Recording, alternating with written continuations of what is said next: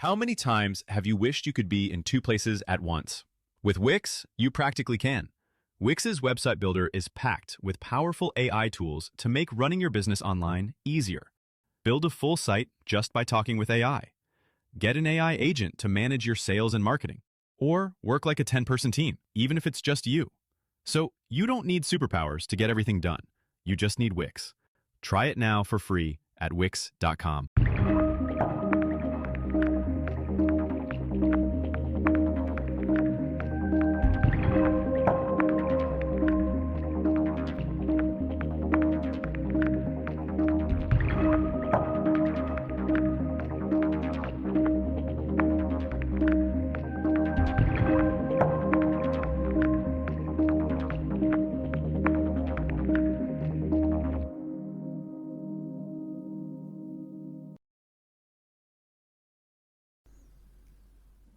Marco, Sean, guess what time it is? it's story time. Yeah, One of my favorite time. it's Well, it's not a normal story time. oh We're really? not. It's not normalized, this one. It's not it's not normalized. You know, I spend way too much time with you, and I made too many interview and podcasts with you because I knew you were gonna go there. So, well, I was gonna say, yeah, it's not normal. I don't know. You've been around for a while in this industry. Our guest's been in this industry for a long time. And I'm here, I'm the younger guy, not actually his age, but younger in the industry. So I want to learn from you guys, but it's not normal, is it? It's not normal. It's not normal, and the people are going to understand what the heck we're talking about as we dig into this. But I'm thrilled to have Monzy on from Crogl. How are you, Monzy? I'm really well. Good to see you guys again. Good to Good to see be you here. again. Yes, we had a quick chat not too long ago. We got a quick overview of what Crogl's up to, and we wanted to dig in and kind of talk about some stuff. You have some news that you're going to share. We're going to have another conversation with the team on that as well, and what it all means for organizations trying to secure their business and have an effective and efficient SOC to do that. And so we're going to get into that. But first, a few words about your past, leading you up to the founding of Crogl, and then what the catalyst was for starting the company. Yeah, well, thanks for having me, and everybody who's watching this. Thanks for listening in. So I'm a lab rat by training, and what I mean by that is I worked in the nuclear weapons complex for about a dozen years as an applied security researcher, working on hardware, software problems all related to cybersecurity and building things for the weapons complex for that mission work. And then I went and worked for Splunk for about a decade, and then after that started. The cybersecurity go-to-market function for Databricks. And throughout this time period, there was a thing that kind of kept getting stuck in my head, that there's lots of data, there's lots of tools. Conventional wisdom is, put all your data in one place and analyze it, and that's the way to do it. And I realized that that was not factually tenable or operationally tenable, because organizations have data in lots and lots of places. I mean, I've literally shaken hands with probably 1,000 or so CISOs and thousands of security practitioners in the community over the years. Security is all I've ever done, and that was the reason to start Crogl. But before starting that, I thought to myself, well, I should go back and really get my hands dirty. So I joined one of the largest banks in the world to work on the security team. And the executives there sort of joked with me, and they were like, "Hey, you're an executive at Databricks. Why don't you come be an executive here? How big of a team do you want?" And I was like, "No, I don't want a team. I have this idea. I want to create a startup. I want a keyboard, and I want to work on the problems. I want to work on tickets." They were like, "You are crazy." And that's a grungy job. I said, "I know." And it's I will really want to understand how it works, because I don't want to be the guy who starts a company who's actually, I mean, you don't eat food from a chef who's never eaten food. It's like, it doesn't work that way. Why is it okay to Yep. build a company like that? And so I did that. And that's so we had this crazy idea, and we sat around the fireplace and we said, what if we created a product which would make every security analyst as effective as the entire team. Now think about that. That's a crazy proposition. And we're not naive. We've been in the security industry for a long time. I was a practitioner, researcher, done all the things, right? So we knew it was a ridiculous proposition. But that was the ridiculous proposition. And then we said, well, what would it take for that proposition to come true? Like, what could we do to even scratch the surface on that one and get deeper? So that was our North Star, and that was a starting point for Crogl. Crogl has now been around for 2.5 years. And we have customers in large government agencies. We're really just and other commercial enterprises. We're really trying to focus on organizations that have really, really hard problems. Yeah, I really love the story, and I know you're going to actually show us something like a little demo in a little bit. But there's a few things you said. I mean, we started joking with normalization, but then you said a couple of, one magic sentence, which is "what if." And I think like that's the key for any innovation, any hacking mentality, not the bad guys, the hacking meaning the scientists, the inventors, they're like, Yeah. What if I do it different? I love that. And normalization is exactly when you say, well, I've always done it this way. Why should I change? So it's really like how you break stuff and you innovate. So love that. Love that. Yeah, and I think the challenge, we've touched on this before, Monzy, both on recording and other times. But the problem we were solving 10, 15, maybe even 20 years ago now was hard to solve, right? The technology is available to solve it. Hadn't quite come around yet to scale with the businesses. And the number of systems connecting and the amount of data coming in was difficult to deal with. It's only expanded exponentially since. And I think we ended up with a method for which we manage our data in the SOC, to your point. And we found a common ground where it kind of did okay, but it wasn't going to scale to the future very well, which is what you've seen. So maybe now's a good time to kind of touch on what that really looks like and the challenge there, and how you guys are really shifting the method and the model for how we address this. So I'll pull up your slides here and you can kind of walk us through some things, and then we'll get into the demo. Yeah, great. Okay, cool. Let me see. We're seeing that. Yeah, I'm not going to do death by PowerPoint, but I do want to I do want to call out a couple of things just to set the stage, right? Is like what was happening. So before we founded Crogl, we're in 2023 at that time, and security teams are missing breaches. And you look at like, why do they miss breaches? And there's lots of reasons, and people like play a lot of blame game, like this person's lazy or that person's not competent, or like throw away all of that and really look at the physics of what's happening. And the first part of the physics of what's happening is that as technology footprints have evolved, sensors have been developed to create to check the security posture, or to create alarms, or to create compliance modalities for the organization.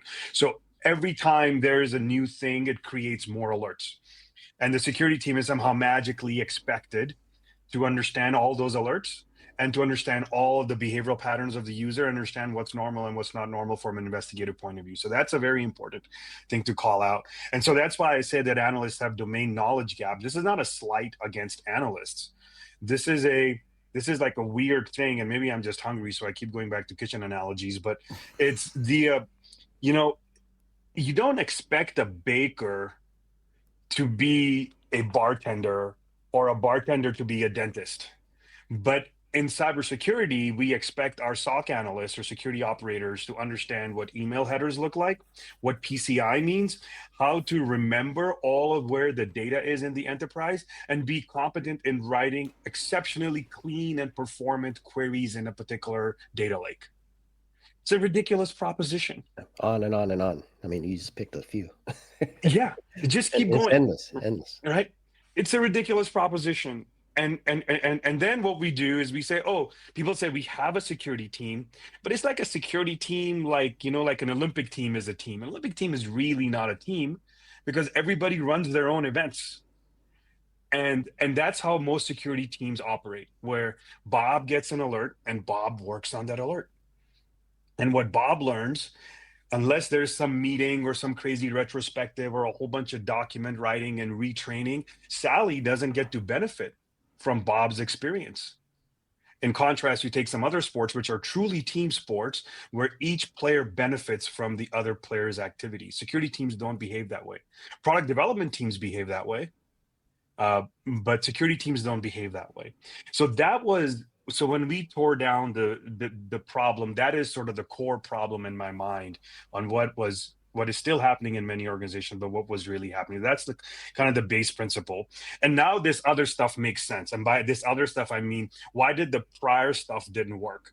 So we tried SIMs. I was there. Thank you for everybody who is, a customer of Splunk that has bought the Splunk SIM. And we tried to solve that problem. And try to create the single pane of glass. It has its benefits, but it has detriments.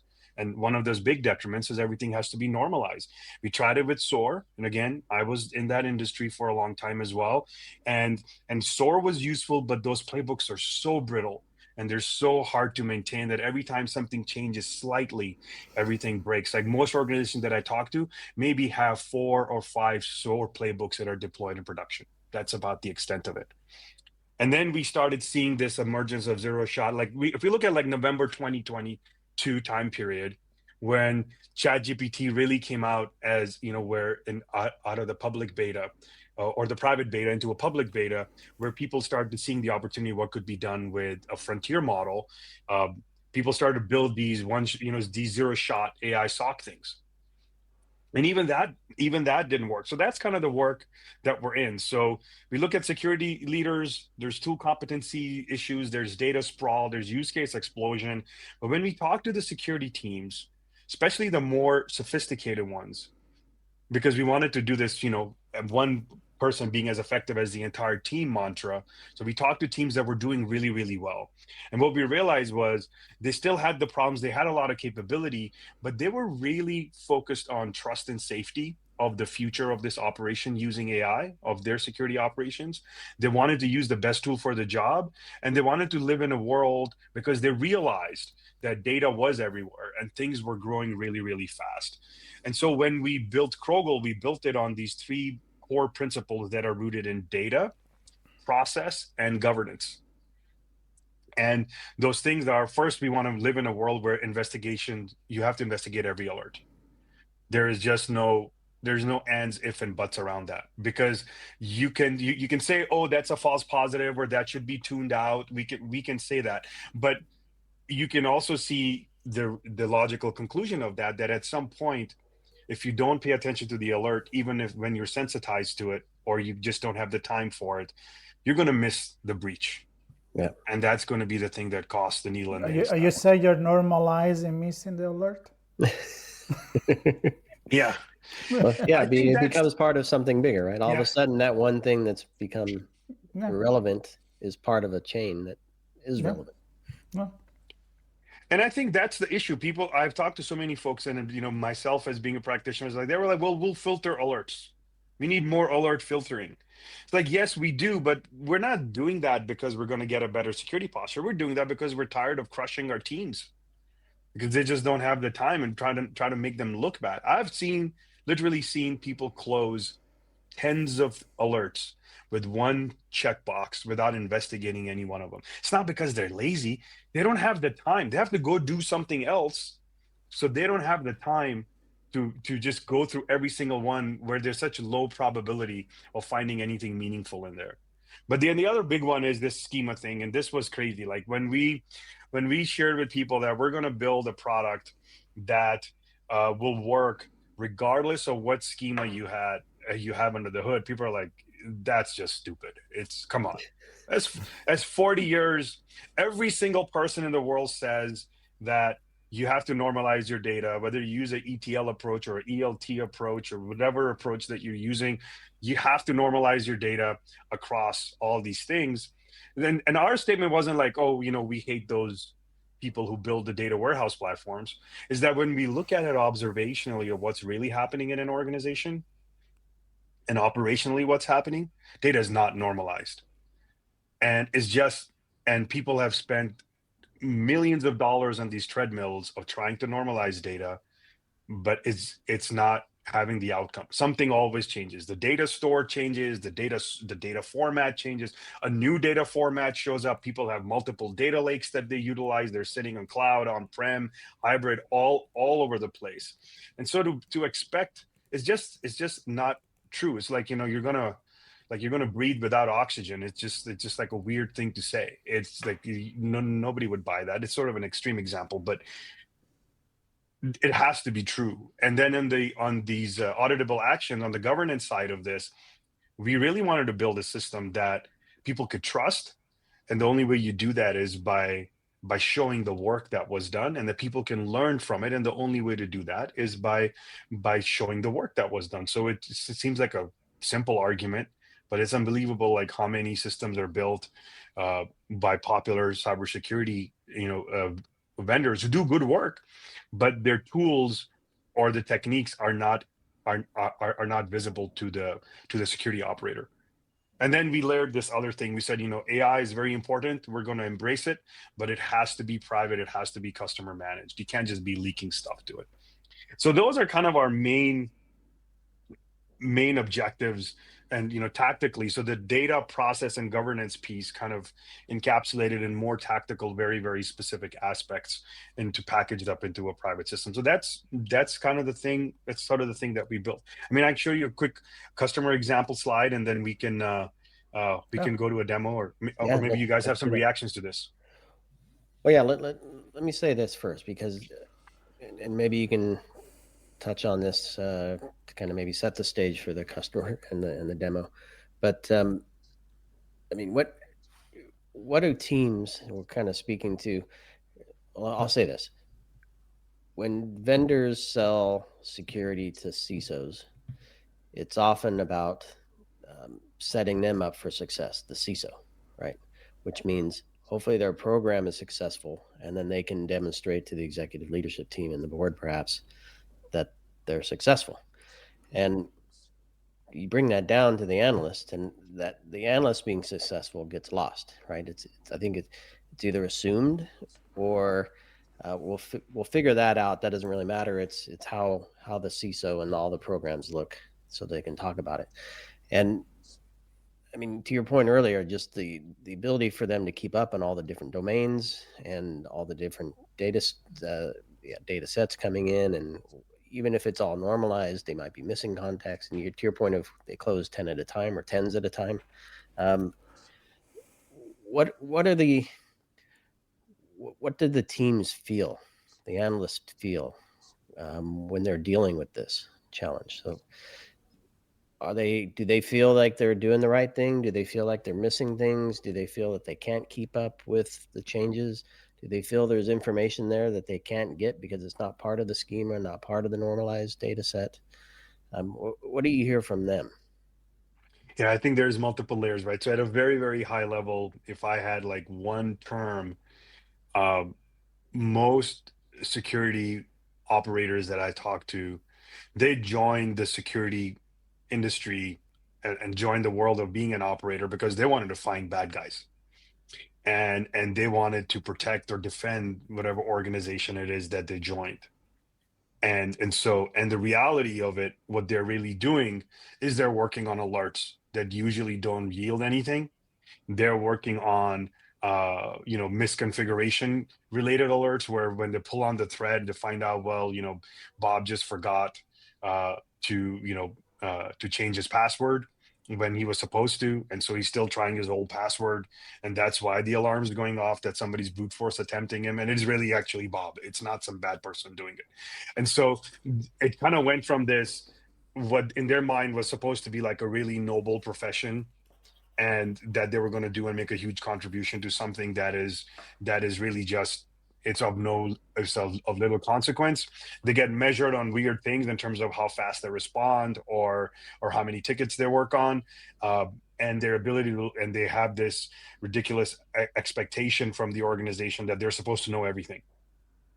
And they're supposed to, like all the things that I listed before, like whether it's email or application services or tools or whatever, they're supposed to know everything. And they have this strange job where when they do good things over and over and over again, they're just doing their job. And when they miss one thing, then it is catastrophic. The CISO gets fired, the leadership gets fired, people get shuffled around, everybody gets blamed for a bunch of stuff, and that's what happens, right? So that's the reality. That's the reality. It's like you know, I don't know. I've talked, you know, to some folks. They're like, well, it feels like we're like firefighters who just keep answering the 911 call, but we never actually get to go firefight. Mm. And most of those 911 calls are crank calls. So that's all it is. We actually never get to do the thing that we always wanted to do. So that's, I think, at a meta level. On the physics level of like what is actually happening on a day-to-day basis, alerts get dished out.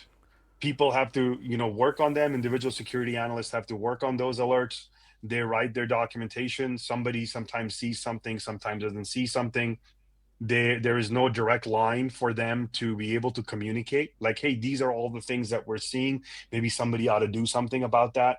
And they just keep seeing the repetitive, so they don't have a general mechanism of the voice going through. And then we go one layer deeper at the tactics of it. This is what I saw at the bank. This is what I see in many organizations. When an alert comes in, usually one of the first messages that goes out to the rest of the team is, who knows how to write the, you know, this, to look for this thing in this tool? Like, who knows how to write the query to look at how many emails did Bob get last week? And the first response usually is, Sally's really good at that, but she's not here today. But here's the thing that she sent me when I asked her this last time, maybe this will work for you. And so that's the kind of thing. So it's not, it doesn't always feel like you're doing awesome things. So security practitioners often have to find like these other kind of side things that they take on with their jobs. And this is what, you know, where they're going investigating things or reading blog posts or trying to stay aware or trying to tinker with tools, which is when the leadership says, well, why are they doing that? Why are they not working on alerts? Because working on alerts is boring and it's not rewarding. Yeah. But they have ideas to do things, but they don't have a way to express those intuitions. Right. I'm telling you, I've learned two things. You don't want to be Bob, and maybe you want to be Sally, but Not let's talk about how, and maybe this is where you kick in the customer slide, like how the solution is going to help Bob, because I feel really, really bad for Bob right now. Yes, we should. We all need to build some empathy for Bob, because this is Bob's world. The first sort of brown, you know, that bluish grayish box.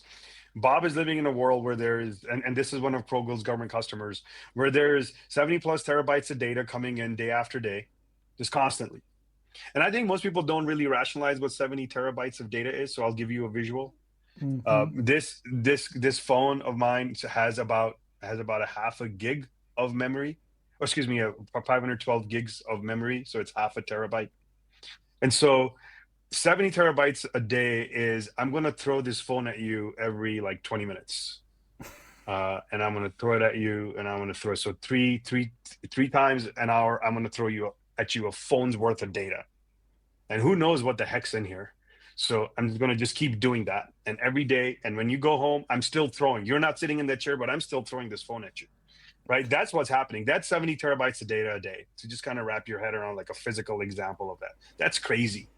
Like, how do you even analyze or work through that problem? And then you have all these tools like this Bob in this case has a SOAR and EDR, and this two SIMs thing is at the core of the problem that I was starting to observe. Like, who has two SIMs? You'll be surprised that many people do. Mm-hmm. Yep. Nobody will, but no CISO will ever stand up in public and say, guys, great news, we have two SIMs. Great news. But that's reality. And behind those two SIMs, in this case, two, in other cases, sometimes we've seen organizations with even more, there are multiple data lakes that connect up and multiple detection things and all of that, right? So it's, I was going to say, really, there's probably some extra stack underneath all that too. Oh, there's just a to lot. Get that to work. Yeah. Yeah, it's not even the tip of the iceberg. It's like at the thing, like, you know, at the very top that you just kind of see a thing. So that's what's happening. So this is a very complex organization, but we're starting to see even smaller organizations that are getting to this point because they have so many different tools. So why are they using Crogl? They're using Crogl because, one, they want to investigate every alert that comes through. The analyst Bob should not be investigating every alert. Bob is an intelligent human being, is dedicated, and Sally is an intelligent human being. She's dedicated to doing a good job and wants to do good for the organization. They want Bob and Sally to focus on things that they should really be paying attention to, but not just saying, "Oh, this is important, trust us," in a way that that there's evidence there. So I'll show you in the demo how the alert gets investigated and how a person like Bob or Sally, when they get the result from Crogl, they have some confidence in terms of what it's doing. And then you, as a consequence, you'll be able to see why things go so much faster and why things go so much deeper, especially on the depth piece. There's, because you have supposed to know so many different tools in order to do a deep investigation. I'll show you how Crogl reduces the need to learn every single tool, because it will touch multiple tools. And then you'll see the consistency because of the response plan that's in place, that despite the fact that we're using AI capability, we still make things consistent, because in terms of an auditor, you have to demonstrate that that's what you're doing. And when Bob does something and Sally does something, it should be consistent. It should be, but consistent doesn't, so this is the other point that I'll say, and then we'll switch to the demo. Consistent doesn't mean incomplete or rigid or the same constantly. Yeah. Consistent can evolve, and it should. And so we'll talk about that as we go through the demo. So with that, I will switch. Yeah, let's do it. My screen. So let's get to it. Let me log in, share this tab, and so this is the main dashboard. Imagine that you have deployed Crogl in your environment, and there's the minimal two requirements for Crogl to work is, one, there has to be some sort of case management system. For most people, that's like a ticketing system like Jira ServiceNow, or it's their SIM, because that's where alert goes and that's where they do alert management, or it's even their SOAR platform, because that's maybe where they're doing case management. So you have some system like that you have deployed. The other thing that you need, at least one data lake of some kind. That could be anything. It could be Splunk, Elastic, whatever it is that you use. Even S3 buckets, it doesn't matter. There has to be some data store, Databricks, whatever, some data store. So some case management system at least, and some data store. So, and then you deploy Crogl. So in this case, that is true. Crogl is deployed. You have a data store. You have and you have a SIM. Alerts are coming in, and Crogl is investigating those alerts. So I'm going to click on this malware detected on host alert.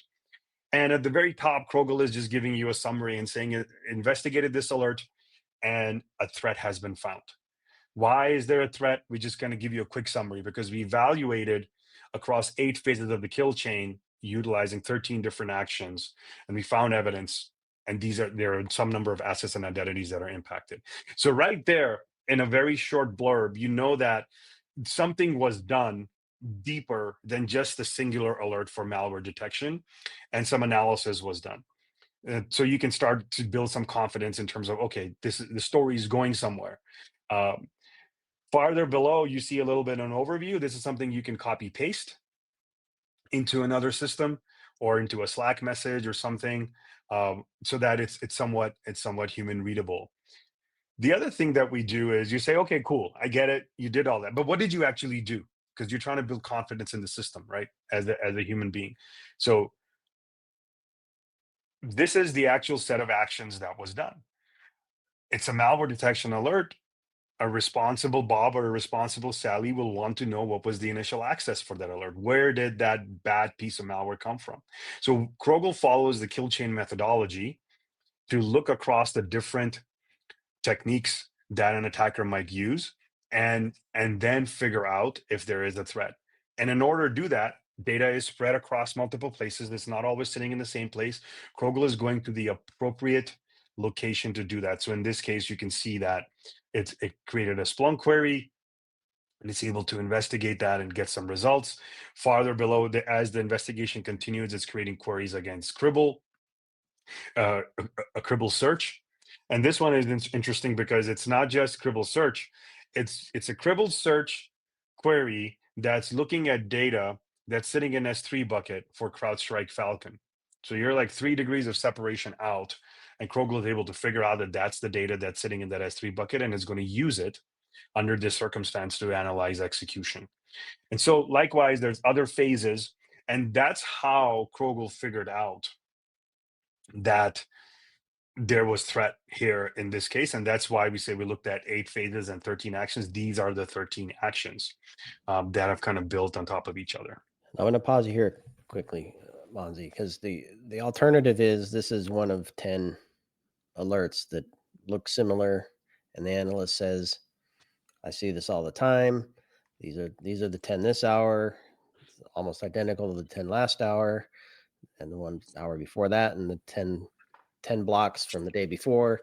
So I'm just going to close it.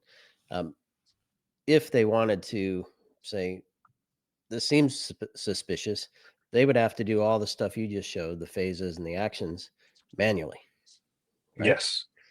And that's why they don't. Not that they're lazy, but if they did that for all 10 and only one of them resulted in this, obviously it's a good thing they found the one, but they would have wasted all that time manually doing it for the other 9 over and over and over every hour. So I think, do you find that teams and the customers you're working with, do you find that they recognize this and they go, my goodness, I can't even describe the value that it provides? Yeah, that is the reaction. I mean, you look at the query that's in front of you right now, and towards the middle of the screen. Forget about the fact that you can remember the schema. You still have to type the darn thing out. Yep. So you have two, with no errors. Yeah. yeah. When you have to write a Splunk query, you have 2 problems. Yeah, at least. Or in this case, a Cribble query, right? Or Cribble search. Who remembers all of this?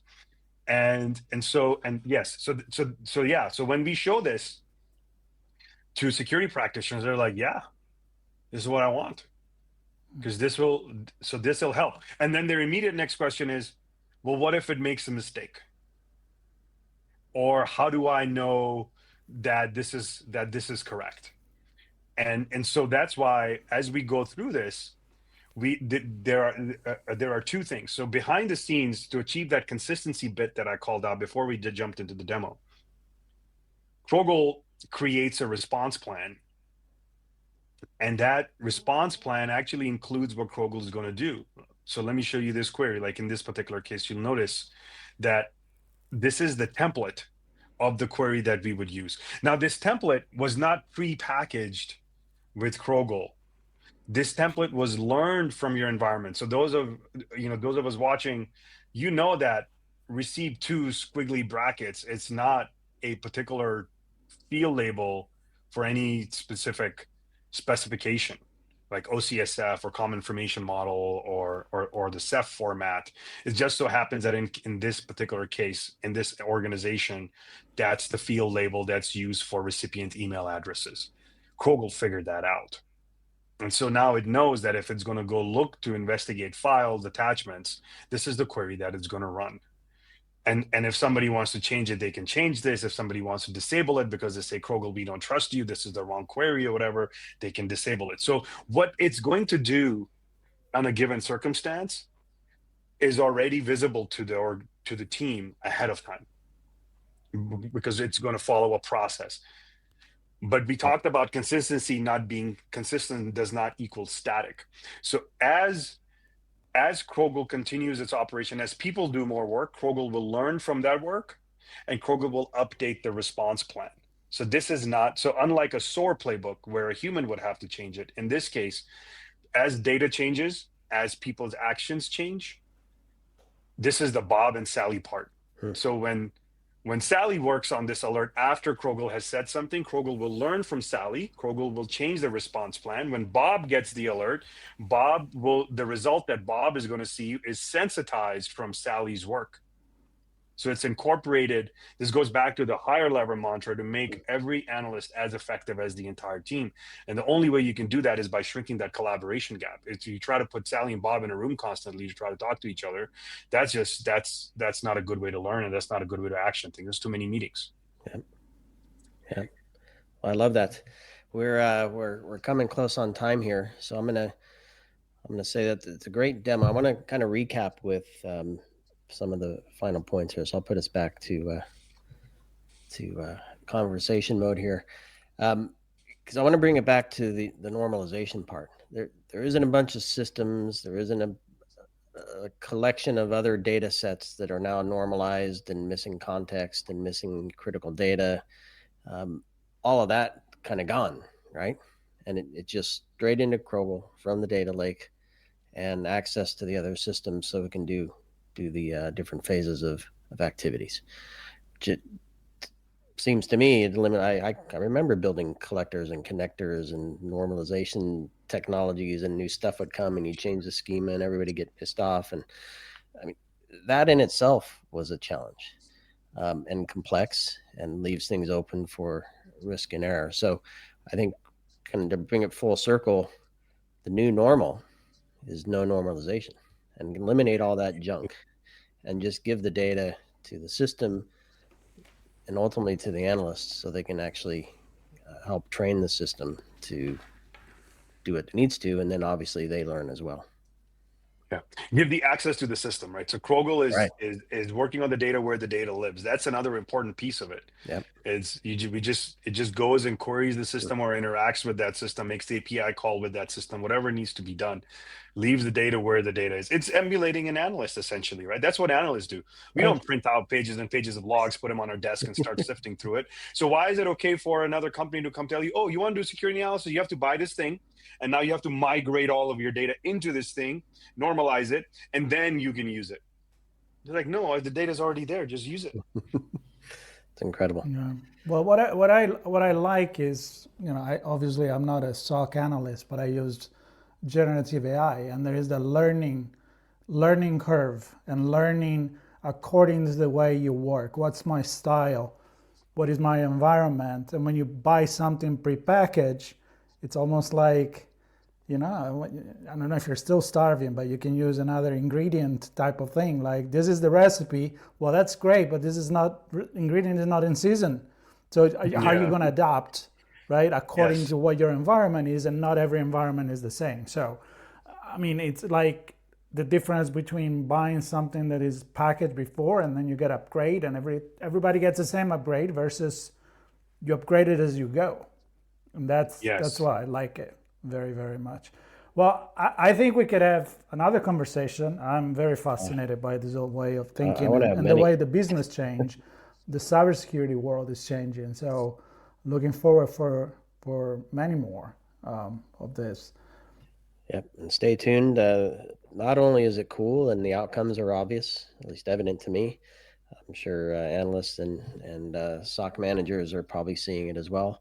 Hopefully the CISOs recognize it, that their teams can benefit from this, not just the program. But you've also patented this stuff. So we're going to have a chat about that too. And so stay tuned. I'll be talking to Corey about the patent that helps make all this possible. Yep, good stuff. Yeah, thank you guys. I really appreciate the time and really appreciate the questions. And we're looking forward to sharing this with more and more people. Yep, I love it. Love it. Thanks, Monzy. And thanks everybody listening to this brand story here on ITSP Magazine. Be sure to connect with Monzy on LinkedIn and connect with the Crogl team. See how it can connect to your systems and data sets, and give you the actions that your analysts need taken. And really appreciate it, Monzy. Thank you, guys. Have a great day. Take care, everybody.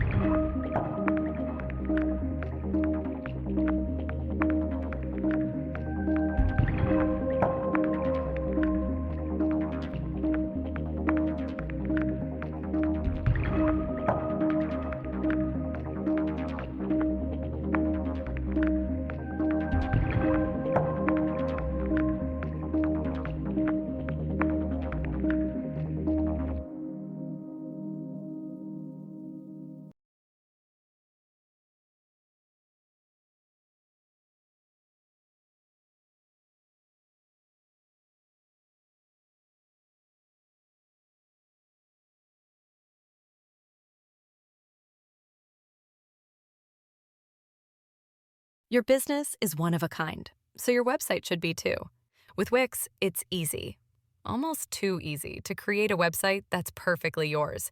Just tell AI what kind of site you want to build or choose from thousands of templates. Change whatever you want whenever you want and get everything you need to start running your business your way.